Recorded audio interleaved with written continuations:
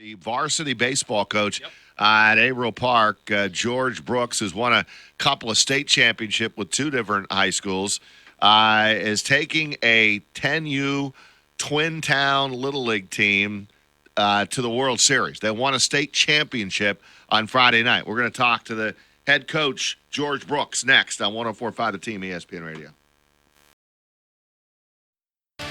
It is hour number 2 on a rainy Thursday. Rodger Wyland, Michael Johnson Jr., Quinn Helfrich across the glass as we crank out the local content. And I think it's a really cool story that the Averill Park varsity baseball coach, George Brooks, also coaching the 10U Twin Town Little League to a state championship on Friday, and now it's off to the World Series.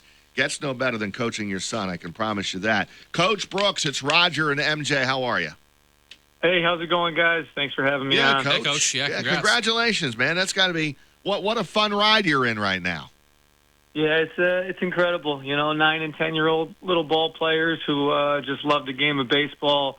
They want to go out there and just have fun and be a part of something special. And we've been fortunate enough to win a bunch of games here in a row and keep moving step by step into the next round. And now we're headed to the regional round in Cranston, Rhode Island. All right. So when do you leave and when do you play again?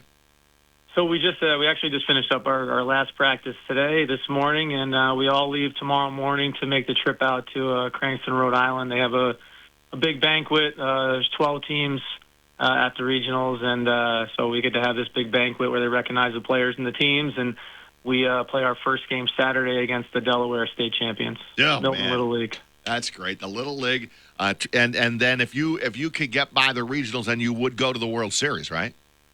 So at 9 and 10 years old, they don't have the World Series. The regionals for us is the last round. Okay. World Series, that'll be these guys got high hopes now, but World Series will be the 11 and 12 age bracket.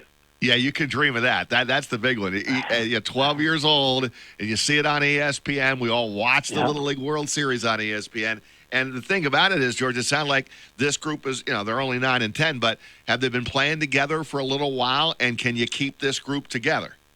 Yeah, I think, these guys a lot of these guys have been playing together in Little League. When it comes to travel and stuff, believe it or not, they come from 4 different travel teams with the way travel works. But, as far as Little League goes, these guys have all been part of Twin Town Little League since they were, young kids. So to watch them come up together and, continue to improve and get bigger and stronger and then, get out here on this stage and be able to compete. I mean, out there at the state championship, there's 8 teams and the double elimination tournament, you got the best teams across New York State, and that's when you find out if you're for real or not. And these guys, they were unbelievable. Every single one of them. You got to have 12 in the lineup all the time, and all 12 stepped up and did great things throughout the entire tournament. So, is this a confident group? I mean, what is it about this team that you feel like you can continue to win games here? Yeah, I'll be honest. This is like the most nervous I think I've ever been, sitting over there on the sideline and. With a bunch of 9 and 10-year-olds, but these guys are like fearless. They never seem nervous at all in the box. If they got 2 strikes, they're battling to the very last pitch, and they're putting it in play, and they're hustling down the base path. Big plays in the field. I mean, we were down 5-0 in the second game of states. We were down 5-3 in the last inning in the state winners bracket round, and these guys are like relentless. They never give in. They never get nervous. It's an impressive group. They're only 9 and 10 years old, and they certainly show their emotions out there. But when the game's on the line, it's like you just let them do their thing. It's a special group. Do you have enough pitching? Our pitching's been great. It's been cool. Dom Gibson kind of led the way for us here so far. He's been one of our top guys on the mound, but we got like 5 or 6 guys, Ethan Monk, Gavin Beeler, Caleb Yakubowski, Cal Lilly, Sansone. I mean, they've all pitched great for us, but they're not the only guys, too. We got plenty of other guys that can come in and get the job done, and they've proven that throughout the whole All-Star season, whether it's the district round or the sectional round. It's really cool when you can put in so many different guys to pitch for your team. How's the Brooks kid do? He does pretty good. That's the hardest part, coaching your own kid. But he runs around out there in center field. He's made a lot of big plays for us, and he's had some big hits too. And that's obviously a special part of it too, being able to, coach all these years. But now I have my kids coming up. It's a different environment, but it's been a memories for a lifetime for sure. George, that's one thing you and I have in common. I mean, it just literally gets no better than that, to be honest with you. I coach my older son, who's now, 35 years old. He's a doctor in Tampa. I had him in Guilderland for a good long time, and then Brady was a very talented baseball player, and I coached him from T-ball at 4 years old, and he just finished up. Brady. He had his senior year at Colony, and he was 18 years old. And I had a chance, not at the high school level, but all through Little League and travel and All-Stars. It just doesn't get any better than being able to coach your kid. And then if you can have the success that you're having, it makes it even better. Yeah, it's, Little League for me as a kid was, the best memories I can think back to when it comes to sports, so to be able to share those memories with your own kid, especially on this stage, means a lot. That's for sure, without question. How do you handle so for those of you who don't know? I mean, George Brooks is a high school baseball coach, highly successful one, won a state championship at Averill Park, and I've got you down for 2 at Hoosick Valley. Is that correct? 2 at the Valley? Yeah. Back to back. Correct, He's won 3 state titles at the high school level. Got to be a big difference in coaching the high school kids, and then how you can still teach and relay the message and get it to come across and sink in when kids are 9 and 10 years old. How big of a challenge has that been for you? Yeah, I think the biggest thing is, you spend a lot of time early on with the fundamentals, teaching the simplest things of the game, catching the ball first, right? We were even talking about it again today at practice, seeing the ball into the glove one step at a time. I mean, these are young kids and they're thinkers, and you try to keep it as simple as you possibly can because, you're at such a big stage. But like I told you before, these guys, they make it easy, man. They really do. They're just a special group of guys. The littlest things you teach them, and they grasp it so quick. And I find myself now teaching them things and saying things that I'm saying to the varsity kids. And I'm like, oh my God, I'm telling these kids these things now, and they're already getting it. And they're only 9 and 10 years old. And I think that just speaks to, like I said, how special this group is. Being able to hit the ball the other way, understanding a swing, being on the base paths and being able to read a line drive. Usually at the small field, the younger kids, as soon as the ball's hit, they're taking off.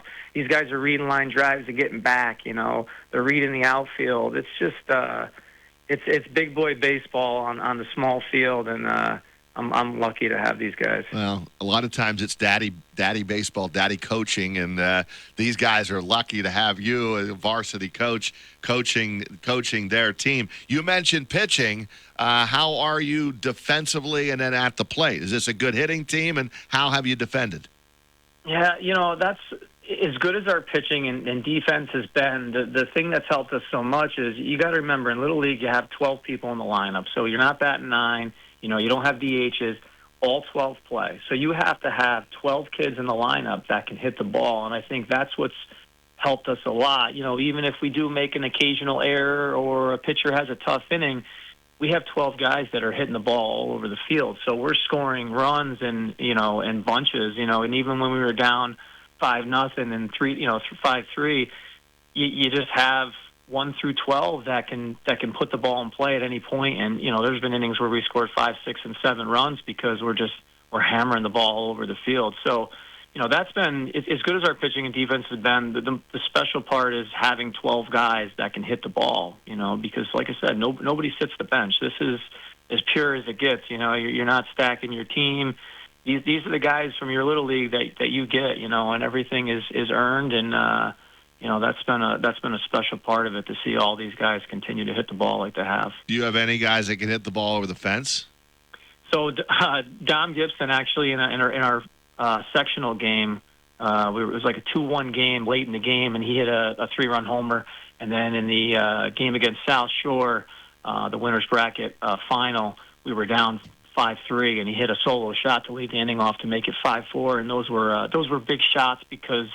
As much as they helped to the score, it helped the dugout too, just to kind of, rally everybody up and get everybody fired up like, hey, we can do this, So that's been cool. And we got another guy, Declan Delaney. He's a big dude. He can crush it up over the fence too. He hasn't got one yet, but he's been close and, he's hit him out in practice. He actually, a few weeks ago, put one dead center in the middle of my hood of my car. So that's a good story. And another story too. 1997 was the last time Twin Town, and the only time, as far as I know, won a state championship. And Joe Mahoney was on that team. I'm sure you remember Joe. Sure remember Joe. Absolutely. Yeah.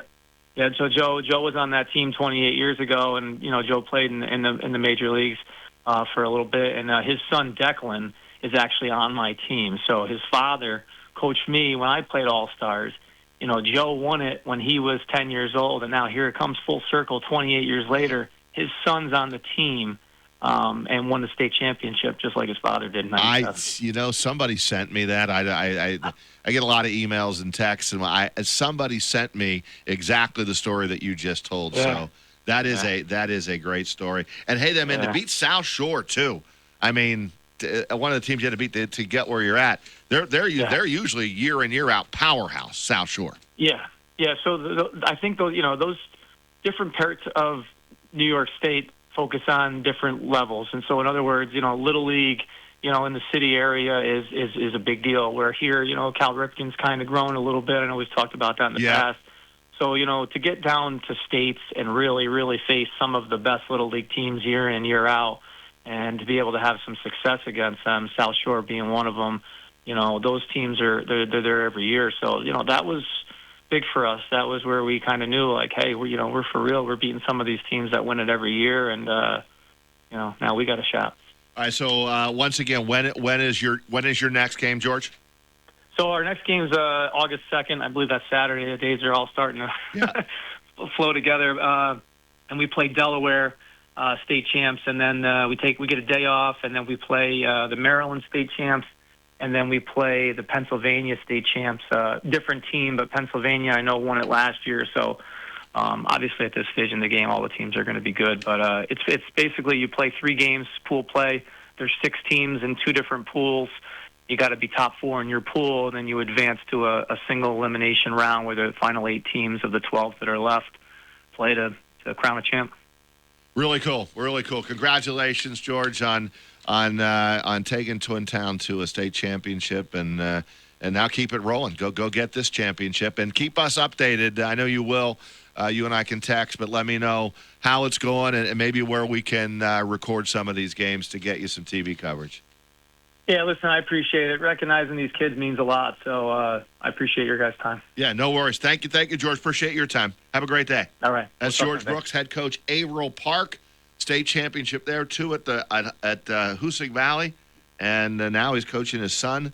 And they're a Little League team, which I love. They're the 10-year-old group. They don't go to the World Series at 10, but they're going to as far as they can go, which is right now the regionals in Rhode Island. And they play Delaware Saturday, August the 2nd. Good luck to George Brooks. I love it.